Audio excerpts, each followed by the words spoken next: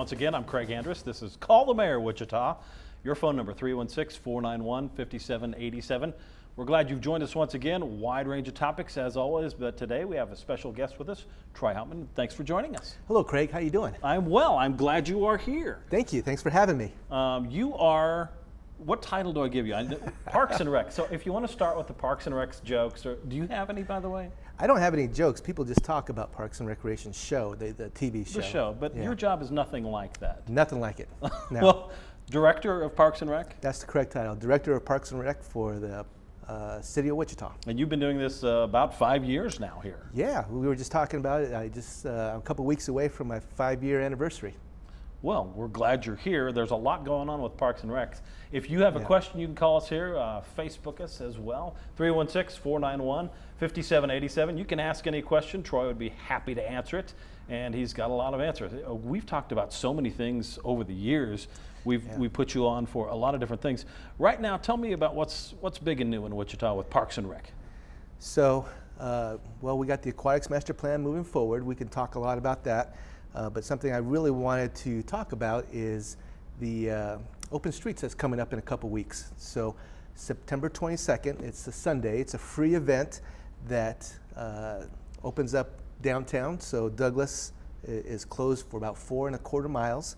And we're going to open up the streets from 12 noon to 5 o'clock. And it's only going to be for people and bicycles. So pretty excited about that event. It's going to be huge. I guess I'll ask the scooter question. Will scooters be involved here? Well, we had to make a decision. And so since this event is really based on health and wellness activities, human movement, we are not going to be allowing the scooters. And it's a really easy way of doing that, since the scooters that are rented, they're called geofenced. They have the GPS device into them that's built into them. And so once it crosses that geofence, it's this imaginary invisible fence, it'll turn off. And so I won't have any scooters riding on Douglas. Open Streets, ICT, I know we got some video. It's a cool event. Look, it's the 22nd, and it starts when? Well, we kick it off at 12, and it lasts till 5 o'clock, so Douglas is closed to all vehicular traffic, and people in bicycles and people walking. There's going to be over 200 vendors there, not necessarily selling wares, but giving out information. All kinds of great organizations are going to be down there, and there's going to be food trucks. Of course, there's going to be food. Well, this is a good chance to get to know a little more about Wichita, too, since there'll be such a wide variety of people out there. Yes. The number's 316-491-5787. Feel free to call us and Facebook us as well. And as far as Open Streets ICT goes, will it have that feel of kind of the chili cook-off? Is it that kind of a thing where you can just walk and enjoy walking the streets? Most definitely. Yeah, Douglas is going to be wide open to be walking or riding your bike, but it's 4 miles long. It's not just a couple blocks. I'll never forget when we had this first discussion about how we're going to do this, and I met with the police, and the police said, "Oh yeah, sure, we'll help you close a couple blocks." And I said, "It's more like 200 blocks." And instead of just a eighth of a mile, we're talking about 4 miles and plus of all kinds of great things going on. And the other cool thing about it is there's so many businesses along the route. On Sundays, a lot of them are closed, but a lot of the restaurants will be open, so they'll be able to come out and actually engage with the folks, have some opportunities to eat at all these restaurants, and it's just a really cool field. It's just such a huge family event. There is a lot of good food along that route, so I'm pretty sure I will be going to enjoy some of that. Look, let's talk about you a little bit more so people can get an idea of what to talk to you about. 316-491-5787.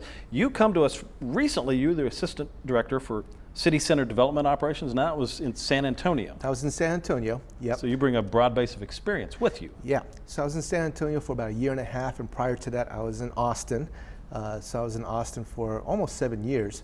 So I was commuting from Austin to San Antonio to have that job, but both the jobs were fantastic. I really enjoyed working in San Antonio. It was everything about downtown. It was everything about being involved with the tourists, being involved with all the activities of downtown San Antonio. The River Walk was part of my responsibility. So I had a lot of capital projects going on there. So it was just a lot of fun. I really enjoyed it. And then prior to that, I was in Austin, where I ran all the parks and did all the maintenance for all the buildings as well, all the recreation centers and all the operations of running a park and recreation organization. So it was such a blast. Gave me a lot of foundation of moving up the ladder, and gave me the opportunities to learn what it takes to really work in a big organization. So coming to Wichita, it was a lot of fun, but it was meeting that goal that I wanted to become a director. And so now I'm in charge of a whole department. There are many things that you are in charge of. I love the Wichita flag. I know everybody does. It's fun. If you've seen them on license plates, they're out there. If you've got a question about how to get one of those, or if you want to know more about Parks and Rec, so many things. 316-491-5787 is the number. You can talk to Troy Houtman here, ask questions. As far as the license plates, those benefit Parks and Rec, and we've sold a lot of those already as a city. Yes, so if you've seen these really cool license plates, they're the state license plates, rather than having the regular Kansas seal license plate. These are specialty plates. And actually the dollars go to the Park Foundation, which is our offset, or I call it my left hand. They are my 501c3 fundraising organization, but they funnel through this nonprofit, and eventually they end up benefiting parks, whether it's through some of our programs that we give scholarships to, or for capital projects. Now, let's talk about golf for a little bit. I know that we do have a Park of the Month, and it is Edgemore Park. Mayor Longwell is going to be doing a walk along well there as well. Yes. Tell me about Edgemore Park. So it's a pretty big park. It's one of our bigger parks, and we have a lot of different amenities there. There's a swimming pool there. We have tennis courts. There's a recreation center there. We have a skateboard area there as well. And so there's just a lot going on, along with some of the tennis courts, as you can see in this video. We have pickleball there, and I'll love to talk about pickleball at some of the other locations.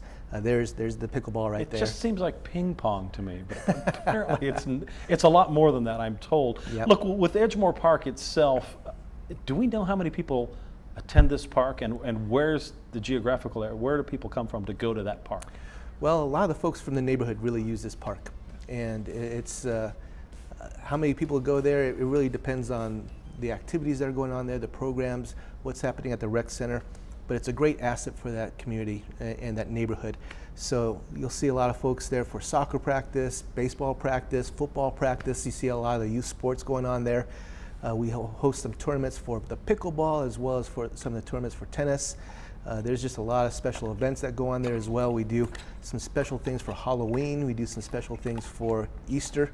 So there's just a lot of things going on at that rec center. So here's pickleball again. Yeah. I want to call it ping pong, but it's just not. It's like a big ping pong table. What are the rules here? I've never played. So the ball is actually a plastic ball, not necessarily like a tennis ball, or some people call it a wiffle ball. And the paddles, they're not string. They're just the regular paddles. So it's not like you can really get a lot of velocity when you hit the ball. A lot like tennis, and what's great about it is it kind of miniaturizes the tennis court. And so those folks that have a lot of mobility issues but still want to be active, this is a great type of game for that. It's just so much fun. A lot of folks will play this to become beginners and then move on to tennis, or as they're having a harder time on the tennis courts, they'll start using this as their exercise. We just opened up a new pickleball court on Seneca. It's right in the Delano area, and it's right across the street from the senior center.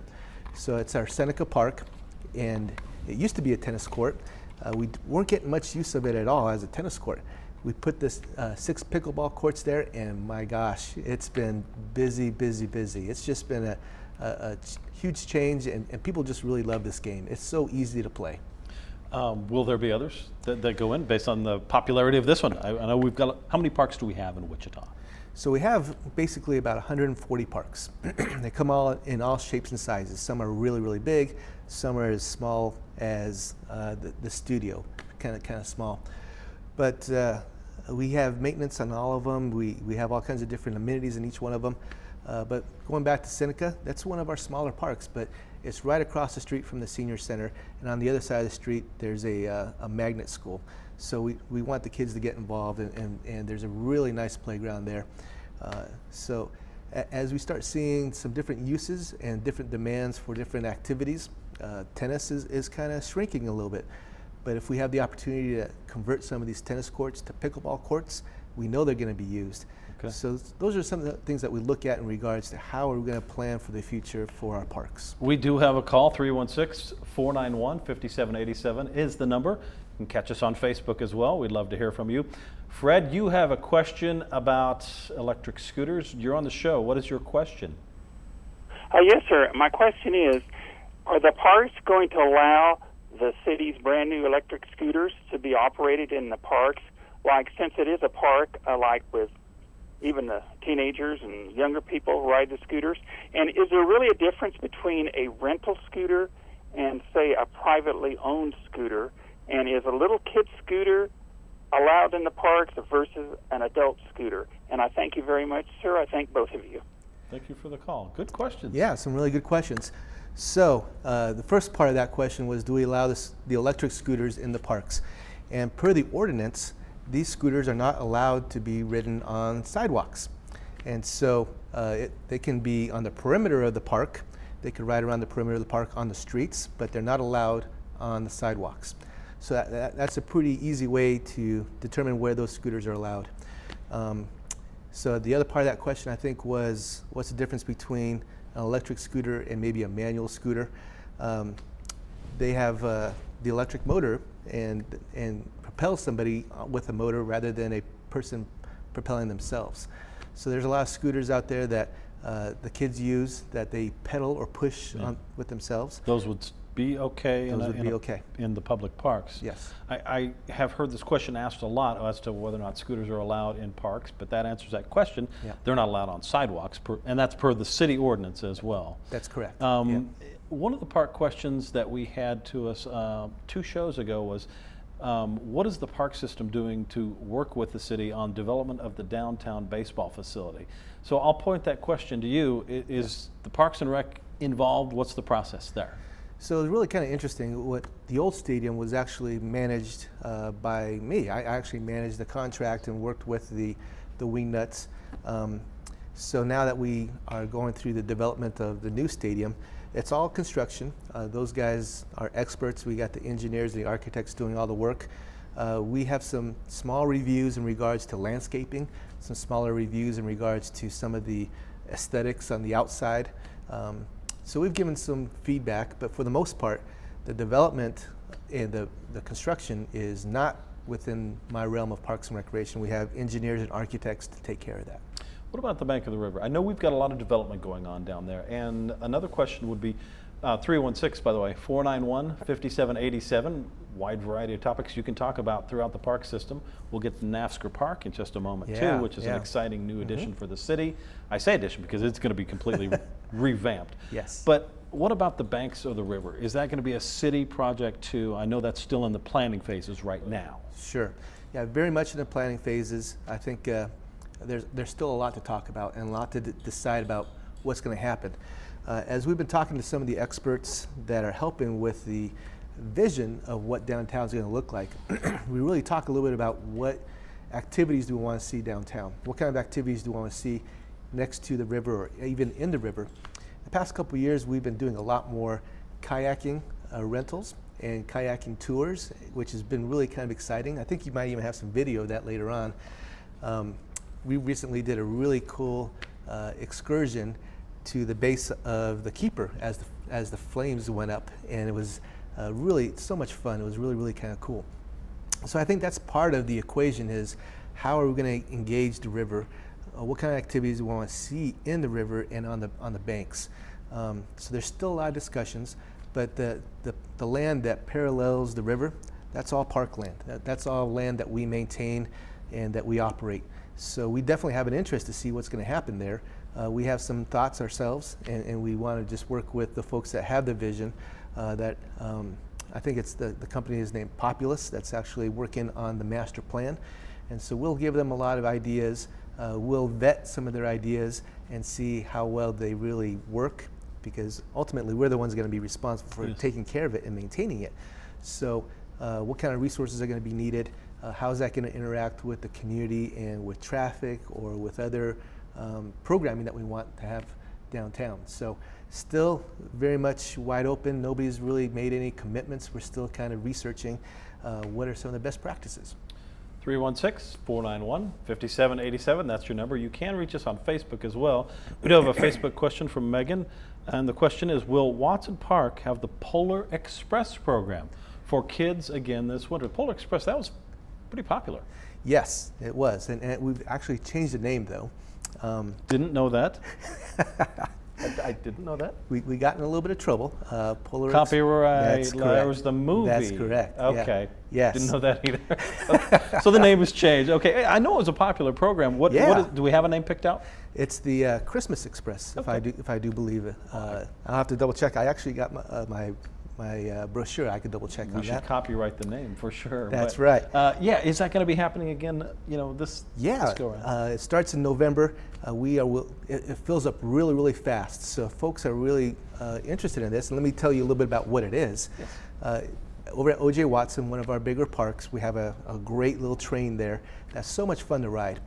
And so what we do during the Christmas time, during the Christmas season, is we actually sell reserved seating, so you can ride the Express to go see Santa Claus. It's got the whole Christmas theme. We have gifts and prizes, and there's just a lot of cool stuff going on. I think we actually have some folks that are caroling. We have the Christmas music. Gets everybody into that Christmas spirit. So it's a little bit of a takeoff on the Polar Express. Sure. Without the name. That's right. We all make mistakes. We got into a little bit of trouble, but it's a fun name. Yes. As soon as we found out that it was copyrighted, of course, we changed it. Everybody's happy. But it's a great event, and the kids just love it. So it's in our brochure, but if people want to find out more about it, on our webpage, there's opportunities there to learn a little bit about it and actually pre-register. We start filling those up really, really fast, so take a look at that. I will. It's one of my earliest childhood memories. We were in Colorado with Mom and Dad, and Mom brought that up. She said, "Oh, your favorite thing is around riding trains." I didn't even remember. She brought it up again. So no, it's good to know, but get in early on that one. As far, as far as Parks and Recs goes, you have a lot of responsibilities, and there are many different issues here. One of those being golf. Tell me about golf. What's happening right now? Sure. Well, the big topic right now is that we did close Clapp Golf Course. Yes. Very controversial. There's a lot of different opinions on how we manage golf or what we do with golf. And so I'll just share it from my perspective as an operator, the things that we're responsible for. So golf is an enterprise operation, so meaning that it's supposed to pay for itself. And what we're looking at right now is huge declines in rounds of golf. Not as many people are playing golf. So we did have 5 golf courses, and we closed Clapp, so now we're down to 4 golf courses. And the idea is, unfortunately, consolidation. We want to make sure that we can operate 4 golf courses to its fullest potential and put resources in to make sure that we have 4 great golf courses instead of 5 mediocre or less than mediocre golf courses. So Clapp, huge tradition. A lot of things going on in Clapp for many, many years. It's been a great golf course for folks that are learning. But we've moved a lot of those programs to the other golf courses. So a great location is McDonald. McDonald Golf Course. Indeed. And we have First Tee there. And so they're going to be opening up a driving range. And explain, First Tee is for? I'll tell you about that, yeah. Okay. But we're going to be opening up a driving range over at McDonald in the spring. It's going to be ready by the springtime. So First Tee is a national organization that promotes golf. And what they really work on is to teach the game to the youth and giving them opportunities to enjoy the game, learn the game. And they have a whole curriculum in regards to working with the youth in regards to respect for the game and teaching them a lot of life skills as well. And so McDonald Golf Course is a great place, a great location for that. So we have been able to build this driving range, and there's going to actually be a teaching school there for the kids to learn how to swing and learn the basics of the game. Then they'll be able to venture out into the golf course and maybe play 3 holes or maybe play 6 holes and just kind of gradually master the game. Well, the number is 316-491-5787. You can call, ask any question you'd like.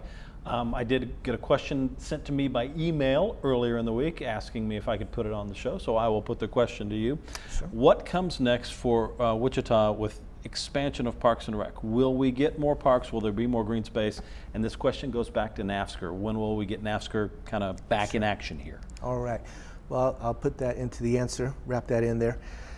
So, a lot of our parks are land-based, and what our biggest function and our biggest goal right now is to improve what we have in regards to park space. We have 140 plus parks. We have over 8,000 acres worth of parkland. And so what we're trying to do is making sure that those are operated to its best potential, make some improvements where we can. And so that's the function is we want to maintain and take care of what we have. As far as new park space that we're looking at, there's nothing that we really have on the horizon that we really are exploring too much. There's always an idea. There's always something that drops in our lap. And some of those things will always happen as we work with some of the developers in town.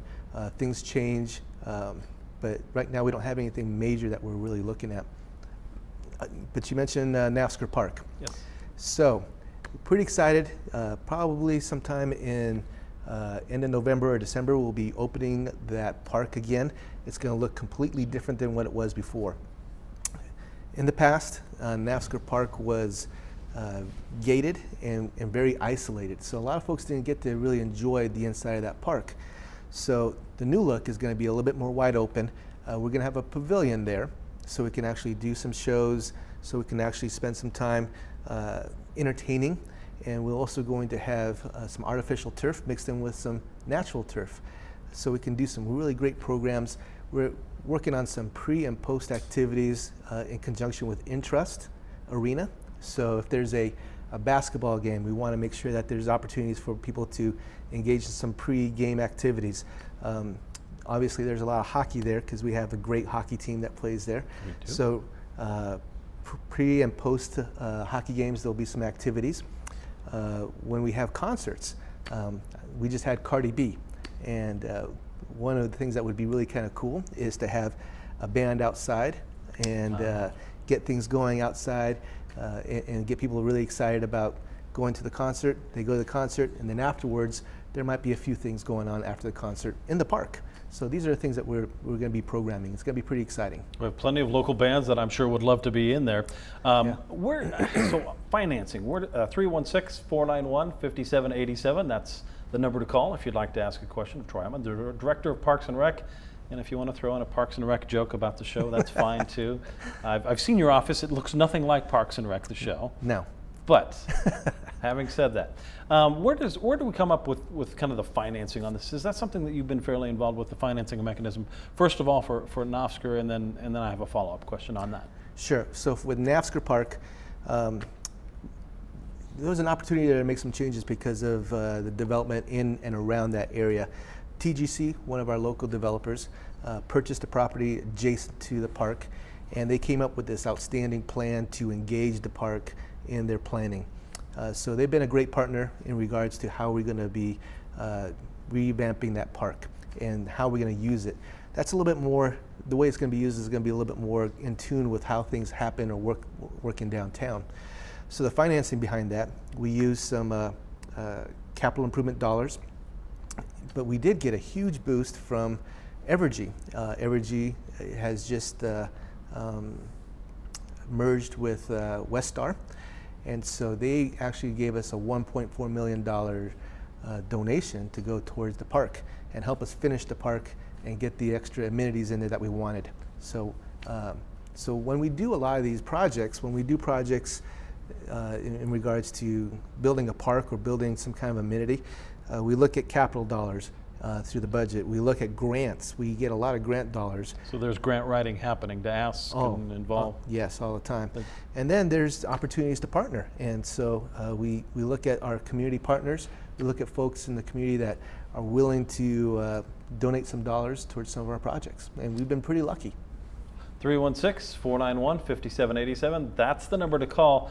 If you have a question about a park, or if there's something you'd like to see in a park, changes to be made, or maybe ask about changes that have been made and why. I know there have been some changes to parks, there always are. Yep. You can call us, 316-491-5787 is the number. And we did get another Facebook question. I know we have people joining us on Facebook, so thank you for that.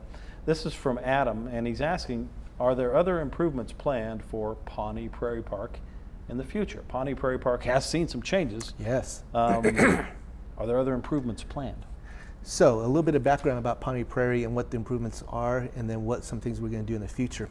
So the sale of the Hyatt was a great sale. I think it was $7 million that the city unloaded that asset, and the proceeds from that, I think each of the districts and each one of the council members got $1 million. Councilmember Blueball saw this as a priority and wanted to make some improvements out at Pawnee Prairie Park. I think his constituents really wanted to expand the usage of that park. It's a great park. It's our biggest park, and it's one of our natural parks. It has some great trails. We have some equestrian out there that use the trails. We have a lot of runners that use these trails. And so there was an opportunity to make it a little bit safer, open up the usage for bicycles. And so we created a plan that we have some bicycle-only trails, and we have some equestrian trails only for the horses. And so that kind of relieves any kind of conflict there. But we made some improvements to the drainage. We made some improvements in regards to how the creek flows. We did a lot of new signage. So we put the $1 million in there, plus we worked with some other folks to donate some dollars. We actually used some of our operational dollars to make improvements there. So the bottom line is we put close to $1.3 million into that park, including some new trails that were actually paved. So some folks that are handicapped or wheelchair bound could actually use the trails. And we've been getting great response. People have been really enjoying it, the change. It really has opened up the usage for a lot of other folks to use that park.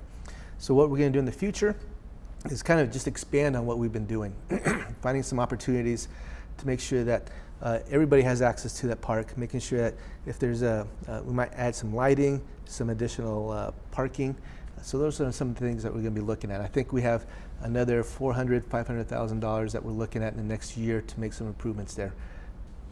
Is there a 316-491-5787? That's your number.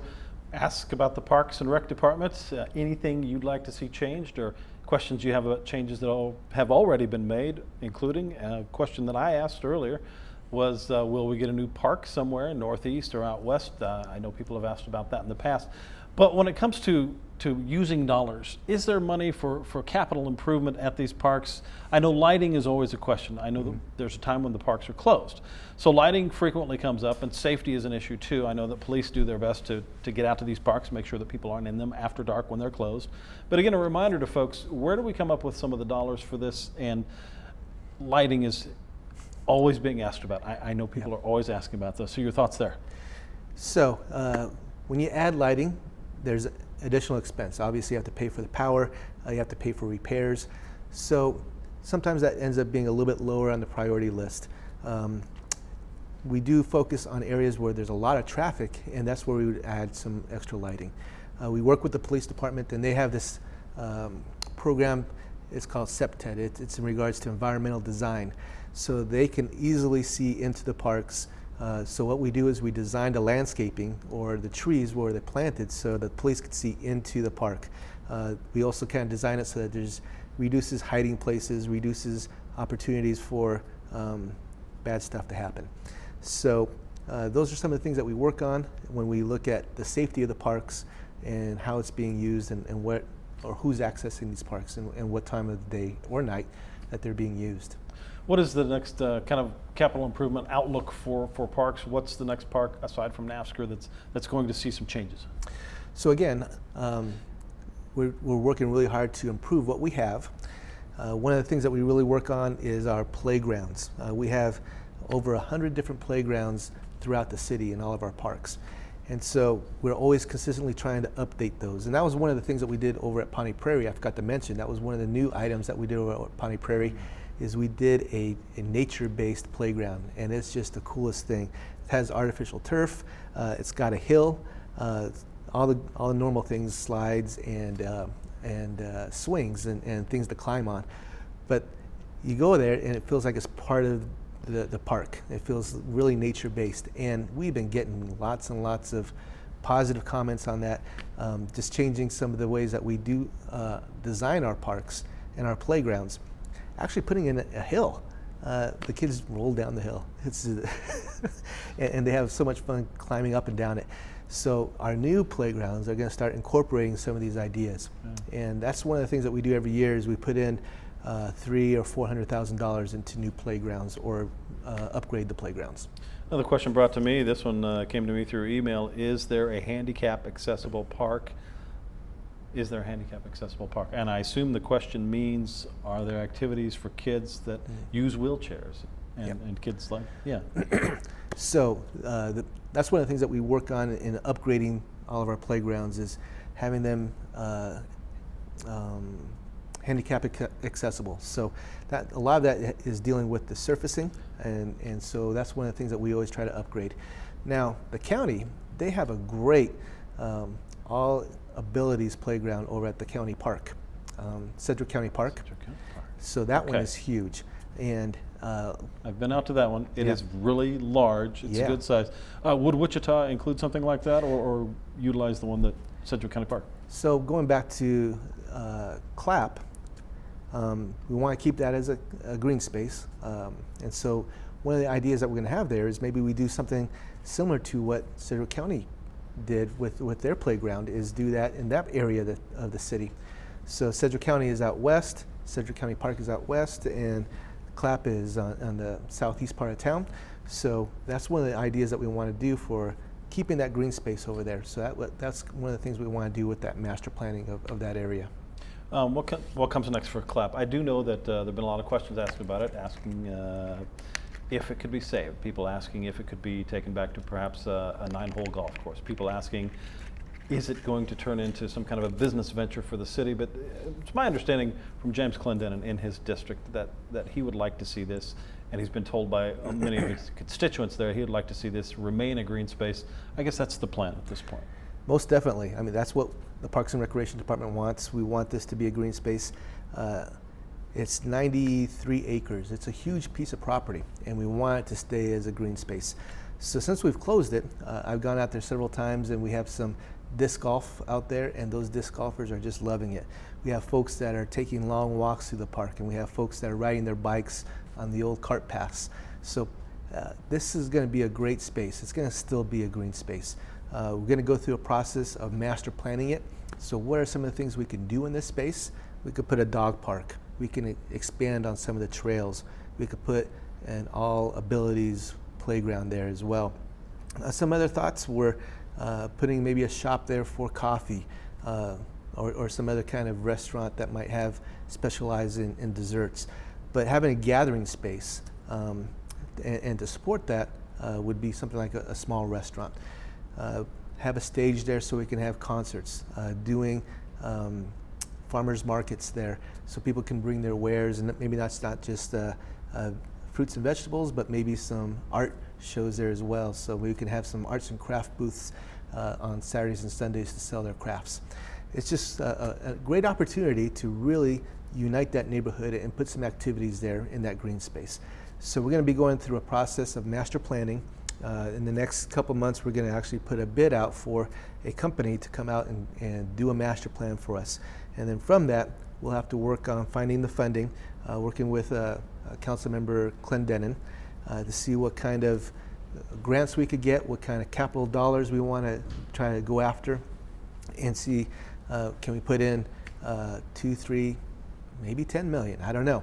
I want to see 10 million. Yeah, I do. Park improvements, of course you would. Absolutely. But that's a council decision. And so we'll work with them with whatever the amount is to make some great improvements and keep that as a green space and a wonderful place for the neighborhood to gather. So 316-491-5787, that is your number to call and ask any question you'd like about Parks and Rec, improvements you'd like to see, improvements you've seen in the past.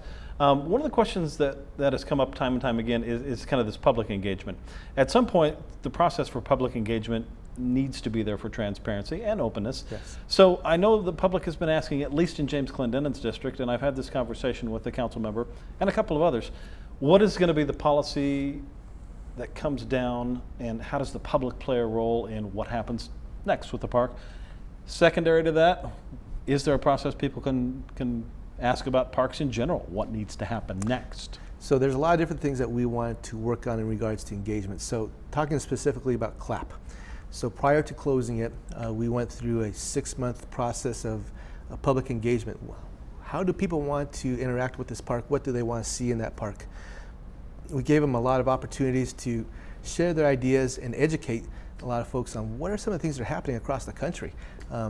There's some folks out there that have some wonderful, awesome parks, and they have some ideas of what a park should look like and what kind of amenities can we put in there.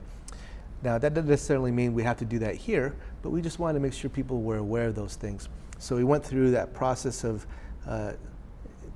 sharing those ideas with folks, and we went through a process of engaging with folks. There was probably, I think, close to 16 or 17 meetings that we had throughout the neighborhoods. So finally we came up with 3 different versions of what could be happening there at Clap Golf Course. And as I mentioned earlier, dog park was very high on the list, a large playground, opportunities to rent bikes, lots of trails, keeping the trees there, keeping it all green. So as we go through the master planning, there's going to be an opportunity for folks to give in additional input there as well. So we'll hire a company that's going to help us with the master planning and actually put things on the paper and see how it all fits into the park, kind of measure everything out, finding out where all the utilities are, what works best. But we'll get that input from the community, and once they kind of have some plans, making sure that the community gets a chance to see it and give some feedback on that as well. So that's a bigger way of doing one master plan at one park. One park. Now, as far as public input on the rest, I know 316, here's your chance, 491-5787. We do have somebody on the line. Alan, you are on the show. What is your question? Yeah, I have a question. I'm an avid fisherman, and I do a lot of fishing at the city parks. And one of the things that I've noticed with all the rain that's been coming up, there's a lot of overgrowth that has been impeding a lot of fishermen like me to be able to get up into the shoreline to fish the banks.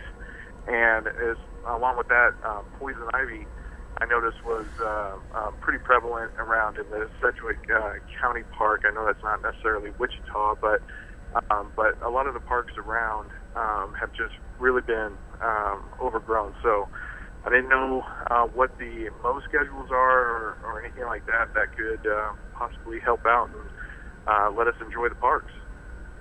Well, thank you for your call. Yeah. Interesting question, and I know there's a maintenance schedule. Yeah. Touches based on a lot of different things that we work on. So each one of our parks have a mowing schedule and a certain amount of cycles that we go through. And that can be flexible, but we do have a limited amount of staff, and we also use contract mowers. So we have private folks that we contract to help us with mowing of our parks. So they go through situations where their equipment might break down, or we have situations where they're still looking for those employees to make sure that they're mowing. So we work with them with those schedules, and we try to adhere to those schedules as best as we can.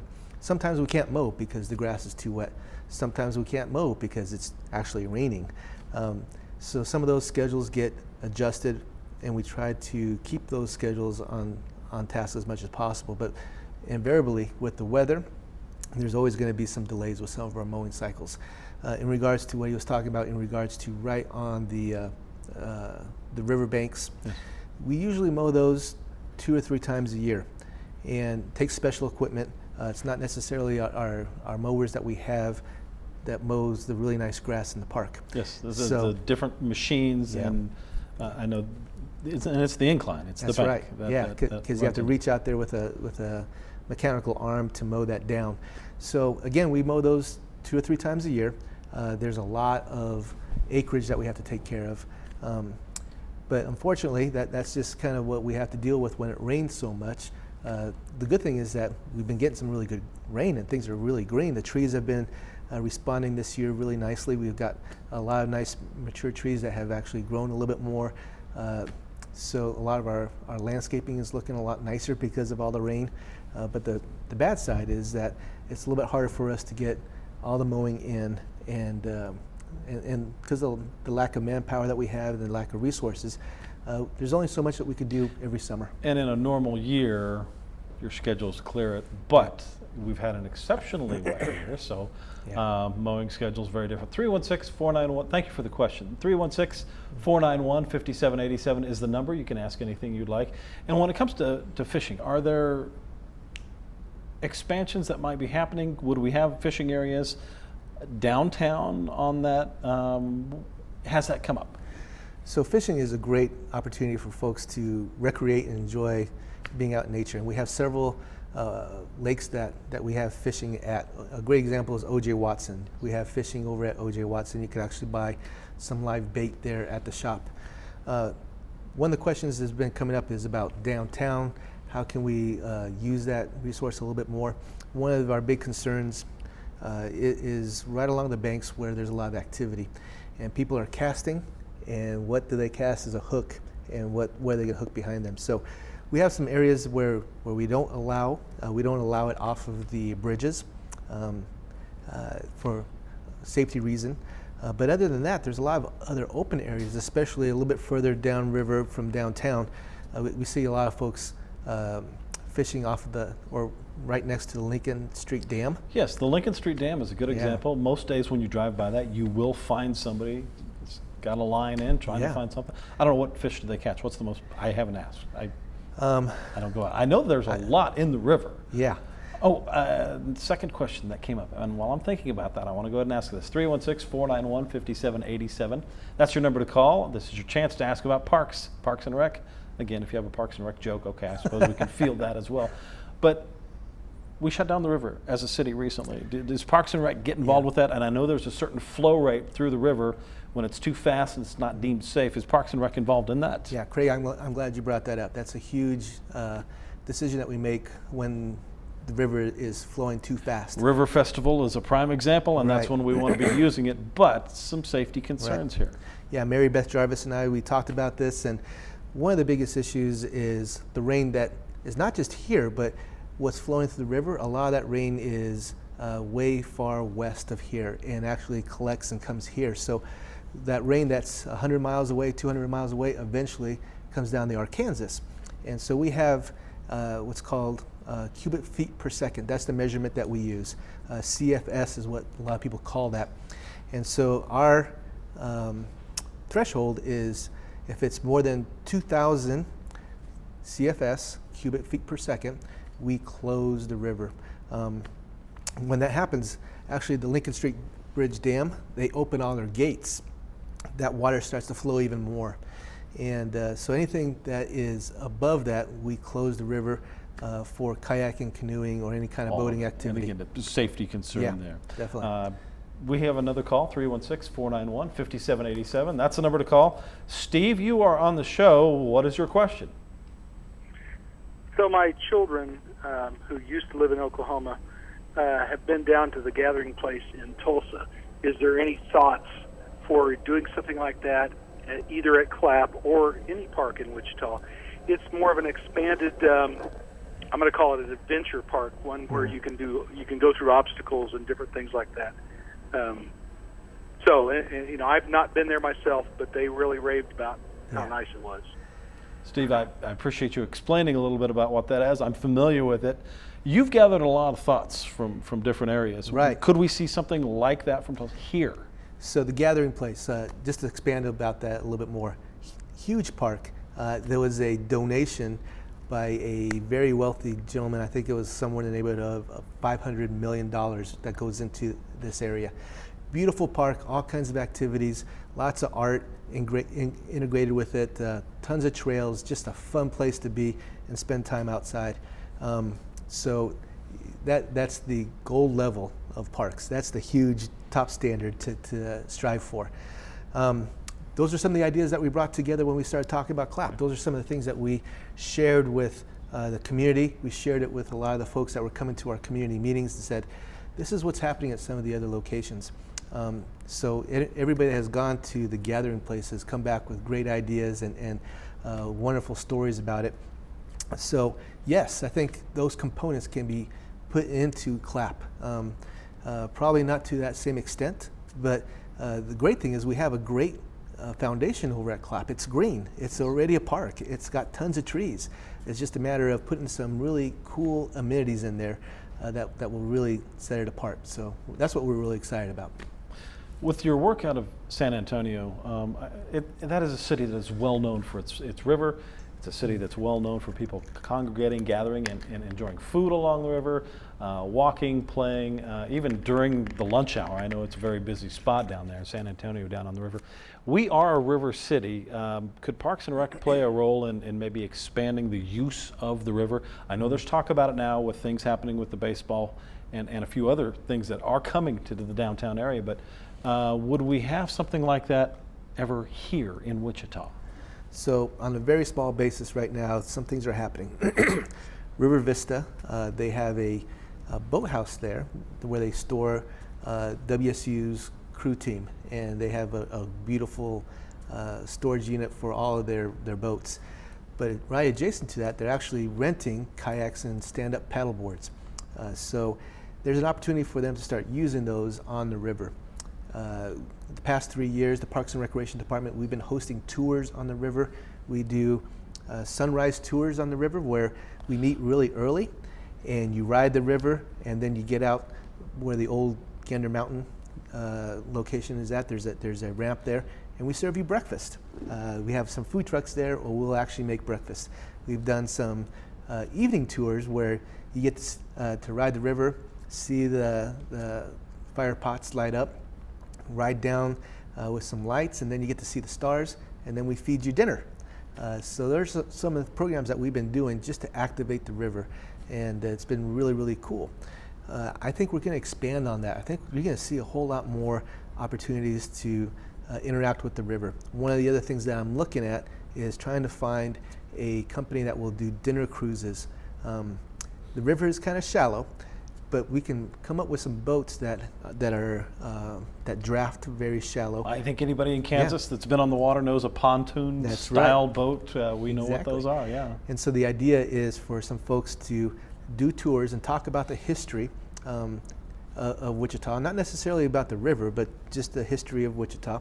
And then with that, maybe they have some drinks or cocktails on the boat. Maybe there's a dinner cruise to go with that. So those are some of the things that we've been working on. That sounds like fun, and I've got to tell you, Wichita's rich in history. For those of you who don't know, it's absolutely rich in history. We have a Facebook question, 316-491-5787. Our time is getting short. We're down to about 11 minutes, so here's your chance to ask anything you'd like about Parks and Rec. One of our Facebook questions says, are there plans to preserve the old ghost signs on century-old buildings in the downtown area? Now, if you've never seen these, they are out there, as are some of the old hookups for horses. Back in the 1800s when people would ride their horses, the old Sedgwick County Courthouse still has that ring out there where you could tie up your horses. Any plans to preserve those, and would that be Parks and Rec? So in Parks and Recreation, we do a lot of preservation on the park land. And we work with some of the city departments in regards to some of the city properties. But I think a lot of those things are on private property. And there's some other processes going through the historical committee folks to work with those things. That's about the best answer I could give you, because I really don't have a whole lot of expertise in that area. But if it is on parkland, there's some areas and some things that we've been working on and preserving some of our history in the parks. And I do know that the Preservation Society of Kansas has done some work with that as well. How do we get a hold of you? Can we just email you at random and ask if you've got a question? Yeah. I know you're very accessible. Yeah, I get a lot of emails and answer those as quickly as possible. We have our website, the city website. There's opportunities to engage with all kinds of different questions, not just with my department, but with all the departments. There's a call-in center that we have that you could call in for questions or information. But the best place to get all that is to get to our city website. It's pretty easy to get to, wichita.gov. Yep. We also have a Facebook page. Yes. And our Facebook page is very engaging with a lot of activities. One thing I'm very proud of is this past 5 years I've been here, we have increased a lot of our programming. We've done some really great things, everything from hosting fireworks on 4th of July. The first summer I was here, we did a huge slide down one of the bridges, and we're just doing a lot of new things in regards to movies in the park. This summer we've actually did movies at the swimming pools. So I think we had some really cool themed movies at the swimming pools, and the kids had a great time with that. Two things that's coming up is we're going to be doing over at Sim Golf Course. We're going to be playing Caddyshack. And I think that's coming up in a couple weeks. And then I didn't know that. I may have to look at it. I'm a huge fan of the movie. It's just a small gopher. Throw out whatever you'd like. But that's coming up in a couple of weeks then. Yeah, we have this huge screen, and you actually get the projection from the rear and play some sound. So if we're going to be doing this over at the golf course, you want to have a golf-themed movie. And seems to make sense. Yeah. Why not? You'd mentioned NAFSCAR Park before. Are there plans to have movies shown there? So a big surprise. And I'm going to go ahead and share it with you. Oh, okay. Here we go. It's an exclusive. One of the amenities that we're going to have there is going to be a really large screen. If I think the dimensions is somewhere between 12 feet long and 10 feet wide. And okay, so bigger than what's behind us here, bigger than the flag by a lot. Yeah, a big screen. And with that, we can play movies there. We can also show some of the things that's going on in the sports world. So this coming summer is the Olympics, and we're going to have a whole program in regards to some of the sports activities that are going on. If WSU basketball makes it to the Final Four, we'll have something there with that. This coming summer is our 150th anniversary, Yes, sesquicentennial, and so we're going to have some really big programming going on at NAFSCAR Park. We're going to be doing some movies at NAFSCAR Park throughout the different periods to represent some of the different times that have happened here in Wichita. So that's going to be a really cool amenity, and not too many people know about it because we've been kind of keeping that underneath the wraps, but getting excited for that. I'm glad you brought that out here. Now, if you have a question about that, 316-491-5787. That's the number to call. We did get another question, and this one gets back to, I'm going to assume that this is parks only, but I guess it could apply to other areas as well that Parks and Recs deals with. But would the city let volunteers mow the grass in parks? That's an interesting question. Are there liability issues, or would that be something the city could consider? We've done that. We've actually had some opportunities, particularly in the sports fields, where we have practices for football or for the baseball fields. We've worked with some of the volunteers, and they actually adopt a location. And so we have a process of folks becoming adopters, and they can help us with some of the maintenance, not just with mowing, but with some of the tree maintenance or the landscaping. We just kind of go through an agreement, and we kind of make sure that they know what the standards are and how to be safe. And we work with those folks. Now, who checks on this to make sure this is actually getting to, I assume somebody does. Who checks on this to make sure that it's happening? I have staff that works with that. So David McGuire, he's my park superintendent. It starts with him, where we make the agreement, and then we work with some of the area staff. So we'll make that assignment if they're interested, that whatever area that they're interested in, we'll work with them on that. Sometimes it's just a one-time deal. Sometimes it's through the whole summer. Some of the other areas have been a lot of flower beds, where people have adopted a flower bed or some other landscaping and want to make sure it stays really nice. I don't have enough staff, and we'll take those folks and use those resources, yes. Now, you've been in other cities. You've seen a lot of things. You've worked in other cities. What does Wichita have that some of those cities don't have? What do we have going for us here? And likewise, the question, what are some other things that you've seen that we could do financially here in Wichita? I'll give you a few moments to expand on that. Okay.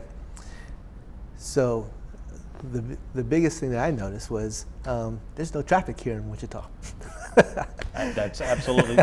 If you've ever lived in Kansas City or somewhere else, you know what traffic is. We really don't have traffic. We've done a great job with our streets and roads here. It's a huge blessing. It's something you don't see, even in some of the same size cities or even smaller than Wichita. There's places that just have really, really bad traffic. But that's one area. But more so, I'm going to focus more on parks. We have a lot of parks per the population that we have. Like I mentioned, I think we have over 8,000 acres worth of parkland, and not many cities have that much space. So I think that's a great asset for this city.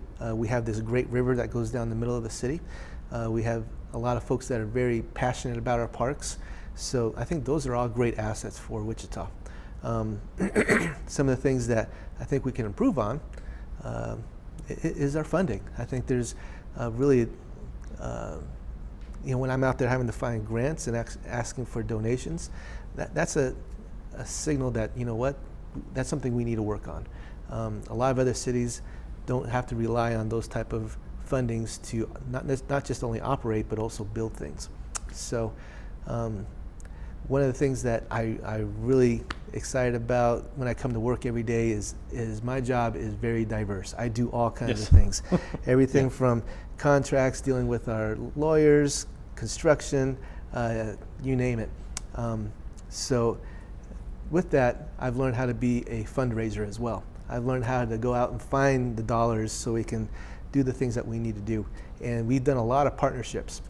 We find folks that have an interest in our parks or interest in some activities, and they help us lead those activities and work with not just the youth sports, but with all kinds of activities. Well, things like League 42, are those some of those coasts? I know many of you have heard about that. Are those types of things that you're talking about? That's a perfect example, perfect example. So Bob Lutz, great idea, let's do some inner city baseball.